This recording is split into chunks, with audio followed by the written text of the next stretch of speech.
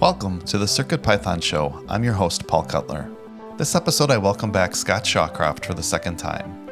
Scott is the project lead for CircuitPython, and his work on CircuitPython has been sponsored since 2016.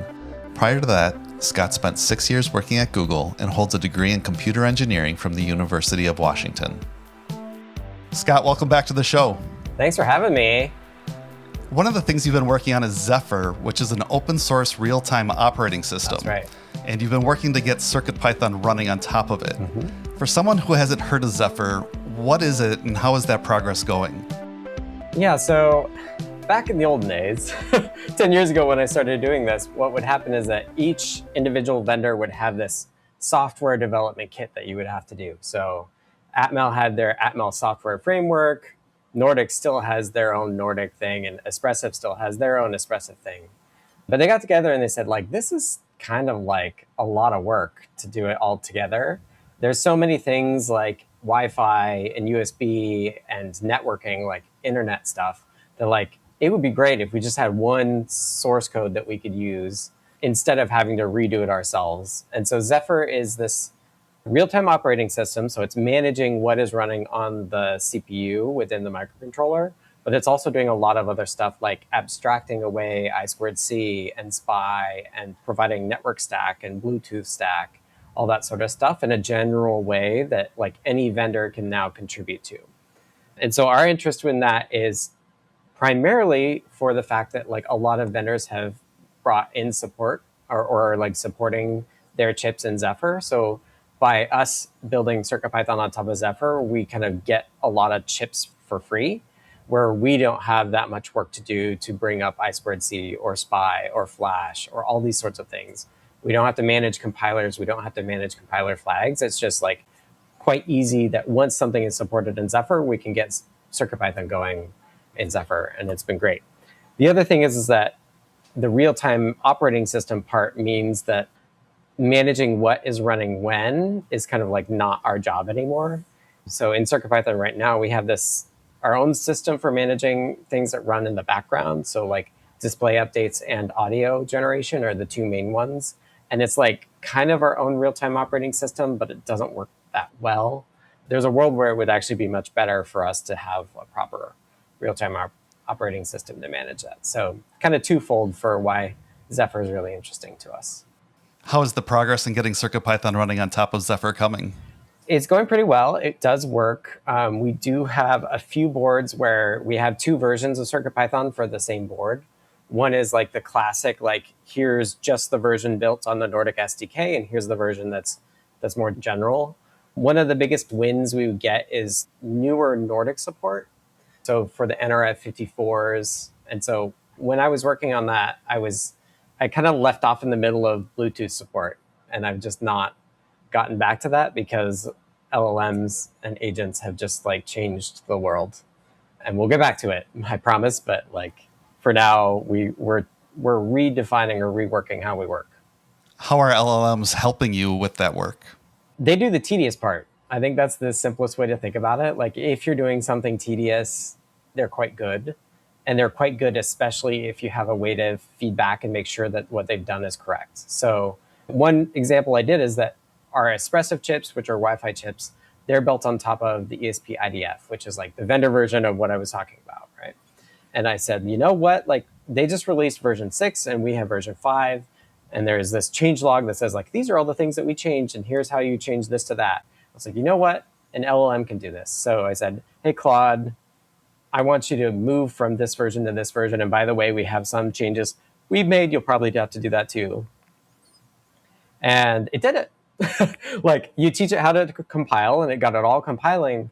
But then the question was how do I know that it works? It compiles, but does it work still?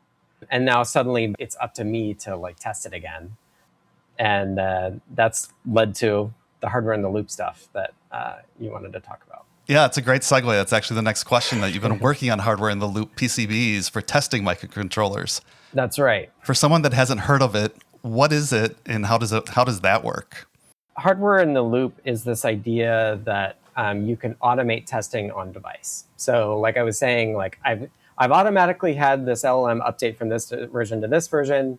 and it was able to do compilations on my computer, but it never actually loaded it onto the device and can't actually verify that like things actually work. And so this is something that like on-device testing is something we should have been doing a long time. In fact, like within the first year of CircuitPython, it was something that I did try to do. We tried to do Rosie CI, and I like had a Raspberry Pi with a bunch of USB cords on it, and it was like trying to get it run every time we made a change just to make sure that we don't regress. And we've gotten quite far not having that for the last 10 years. But LLMs changed the game for that in a couple ways. One, it's super useful for that feedback loop for an LLM. But also, two, LLMs can help with a lot of the tedious work about that as well, of like writing a lot of boilerplate for test cases and stuff like is much easier now with LLMs as well. So it's the perfect moment. The board itself was like my desire to have a kind of standard setup for doing it. So like something that you could plug a dev kit into, define what the pin mapping to the device under test is, and then you have all the same facilities, all the same code running on the thing that's actually running the tests. And then one problem I had with the one 10 years ago was that I was using the Linux USB stack. And one of the things that we're testing is USB. What would happen is I'd actually crash the Linux kernel, or the like Linux kernel would get in a bad state. And like Dan's reached out to them at one point where like, hey, we found this bug. And they're like, well, that's only a bug if your USB device is not working correctly, which we happen to from time to time. And so one thing I wanted to achieve with the hardware and the loop board is that it doesn't do USB straight into your computer. It translates USB over to a network connection. And once it's in a network connection, you could do all the USB stuff in like Python without ever involving your actual Linux kernel. And so you could do all the testing that way instead. And that's a lot of boilerplate code that LLMs can do a reasonable job at generating in Python land. So that's just part of it. August 2026 marks 10 years for you working on CircuitPython. Yeah. We've talked a lot about what you're working on, but looking past, do you have a favorite memory that you want to share, or is there something that you're really, really proud of in that time? Yeah, I was thinking about this. A lot of the memories I have around CircuitPython are like actually me going from this person that was on show and tell to somebody who like worked closely with Phil and Limor. And I've been like super lucky. And like the project, like I hadn't actually heard of MicroPython when they asked me if I wanted to work on it. But I had done Python and I just discovered embedded, and I was just like, I got super lucky with the whole thing. So I think a lot of my like highlights are around that. One highlight I thought of was actually the PyCons where we gave hardware away in the swag bags. Just having a lot of people excited about it. I think that because we're 10 years old, like CircuitPython's quite mature now. So a lot of my experience right now, because I haven't been to conferences, is around like somebody just randomly saying like, oh yeah, I use CircuitPython for that. I'm like, well, wait, what? Like my makerspace used it for their like authentication, like let people in the room sort of stuff. And I was like, oh, really? So I'm really surprised by that. And then you had said like what I was most proud of as well. And I think what I'm proud of with CircuitPython is that a lot of the decisions that I had a lot of influence over when we first started have proven out to be good ones. Lots of small modules that are standardized across different microcontrollers, the design of that API that we've built hundreds of libraries on top of in a way that we could then come along later and make available on Linux, single board computers like Raspberry Pi via Blinka as well. It's like that's all proven out to be the right call. And also the behavior of CircuitPy of like, you write to the file and it auto reloads. Like that was something new and still unique to CircuitPython. And I think like people think that's what CircuitPython is, even though we've relaxed that. For a while, that was our requirement, and that requirement's been relaxed. But I'm very, very proud of the fact that those decisions we made in that first 6 months like have really played out. And it's not often that as a software engineer, I get that sort of long life feedback. So yeah, really proud that where we've come with it. The Fruit Jam just turned 1. When JP was on the show earlier this year, he shared a story of how the two of you talked in New York City back in 2017 about building a CircuitPython-powered mini computer, which is what the Fruit Jam is. With that dream realized, what do you see in the future for CircuitPython? That was definitely something I wanted to do. only have like very old memories of like those like bespoke single task computers like the Commodore 64. But that doesn't mean that I didn't think it was cool.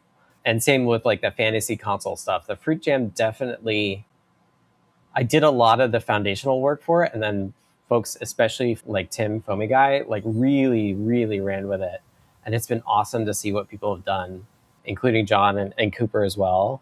So I think it's really cool that the Fruit Jam has done as well as it has. There's this thing that I've really wanted to do with CircuitPython that I still haven't been able to do, which is being able to program from your phone.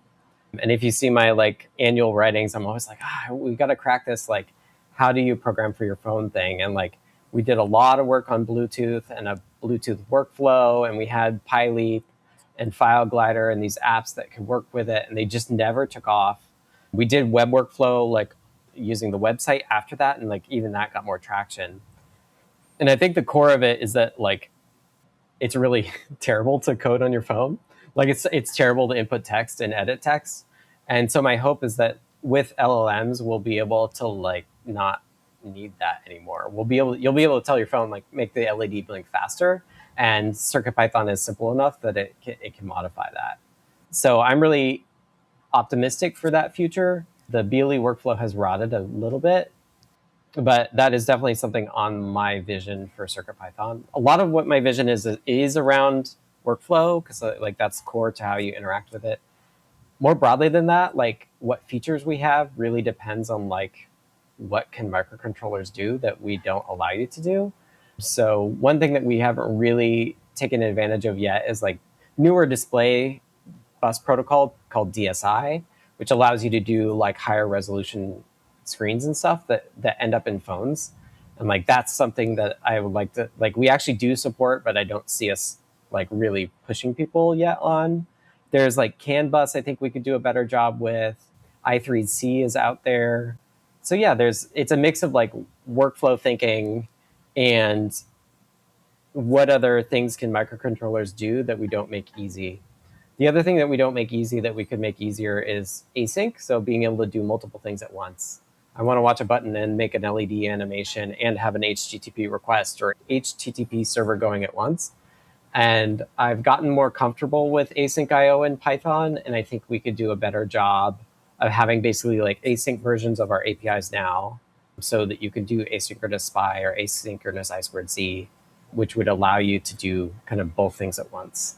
So that's another big thing that I've kind of like in my brain said like maybe CircuitPython 11 is where we do that. And we could leverage like Zephyr and the real type operating system under the hood to like basically say like to really use that so that you can none of your async IO tasks are happening, then you can actually sleep and coordinate all the way down into the operating system underneath too. So yeah, there's more to do. Yeah, I did a project a year or two ago that used async IO, and it's pretty hard to wrap your head around at first, but once you do, it was just so powerful. But things that were blocking, like doing an HTTP request, get in the way of like an LED matrix scrolling. So figuring that out took a little bit of work. Yeah. And I think the answer is like there's really no better way to do it. Like async IO is not great, but like a lot of smart people have thought about it for a long time, and there's not a great way, more obvious way to do it. So I think we could do a better job of like natively supporting that. I know it's more often used in MicroPython, but it's usually that they built a layer on top of it that does it instead of like the native APIs. So yeah, we'll take a look at that. Tell me about the custom RP2350 Gameboy cartridge you designed that runs CircuitPython. Okay, well, let me take you back 7 years. I think it's been 7 years, maybe 8. I had this idea that I could make any cartridge-based system programmable by CircuitPython. They basically making the cartridge dynamic to basically talk to the thing through the CPU. That makes sense. So like, for example, okay, I'm on a Game Boy and I want to show this thing on the screen. Well, I use these instructions. I have the CPU run these instructions in order to set the data the way that I want. And so I had thought of this, and at the time it was like Sandy 51 was kind of the new hotness. And so I got it pretty far the ability to like queue up instructions that the Game Boy would execute for me, but it would like at some point something would happen where it would just like crash the Game Boy and you'd be done.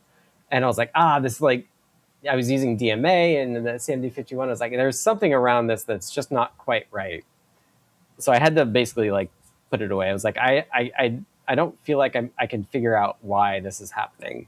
So I had this designed for a cart that you would insert into it. And then the RP2040 came along and I was like, oh, PIO is really interesting because it can offload the like, let me watch this Game Boy bus and make sure that I have a data back to it when it's reading. But the problem was that the 2040 didn't have quite enough pins to be able to do both the Game Boy bus and the few other things that I wanted to do. For example, the cart also has MIDI input and output on it. The new one also has STEMMA QT, so you could plug a STEMMA QT board in there as well. So the RP2350 came out. It has PIO that's a little better than RP2040, but it also has more pins. So I have lots of pins on this cart now. And it turns out they're 5-volt tolerant as well, so I only level shift the data lines. I don't have to worry about the address lines. So yeah, it's on V8 right now, and that version originates from SAMD days. And I've got it where it is running CircuitPython within a Game Boy cart. I use a thicker PCB, and I made it slightly bigger, so you don't need to put it in a shell. SAMD versions, you had to like get an old Game Boy cart shell or 3D print yourself one and cut like holes in it or something for the like MIDI outputs and stuff. But I had seen somebody do a Game Boy cart where you just make it thicker and you can just slot it right in. So that's what I have working. It's able to boot up. There's somebody else had made an RP2350 cart called the Croco cart. They're really geared towards being a like loadable, like load whatever game you want on it and play it. So they actually have hyper RAM and they have to do other tricks for that. But they did have an example where they can have PIO read the address, look it up in memory and using DMA and then get it back to another PIO, like all automatically without the CPU being involved. And so I've gotten that working by having like a 64K cart within CircuitPython. And then right now I'm working on getting it so that when you say, hey, like tell the Game Boy to do these things, these instructions, I'm working to get that in memory so that like when VSync happens, it does the things that you want. And I'm hoping to have it done this week. I've committed to like being done with this project by the end of the week. And it's looking like we'll probably have it available from Adafruit as well. Lady Ada was telling me that they want to get kind of in the business of like having some more weird designs where we just say like, here it is. And like, we don't make any huge promise about how well it works, but here's this weird thing. And the Game Boy cart is like totally that niche of like, it's not for beginners really. It's for that person that really does want to like get in the Game Boy weeds and program it from a microcontroller. And obviously I'm interested in doing it from CircuitPython. So yeah.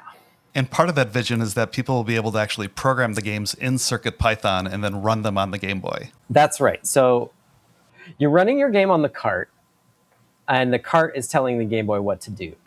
So the Game Boy says, okay, like I finished a frame, and CircuitPython under the hood says, okay, here's the instructions to run. And I'm going to have it say like, okay, check to make sure if there's a button pressed. And then I'll give that back to CircuitPython. So you can say like, hey, is there a button pressed? And then you can decide what to do within CircuitPython. And you could say like, hey, move this sprite from here to here. And like that will translate to like, tell the Game Boy to do these instructions that set the memory for the sprite, right? So the game is running in CircuitPython, and CircuitPython is telling the Game Boy what to do. So there's a little bit of subtlety there of like, we're not actually running a lot of logic on the Game Boy. It's just more like straight line, like, okay, load this memory, this value at this address that makes so sound play or something. So it's this weird hybrid of it. It'll be fascinating to see what the makers and coders out there can do with that. I'm very excited to see it. I think I'm like much more confident in the ability of PIO and the RP2350 to keep up with what people want to do versus the CMD version.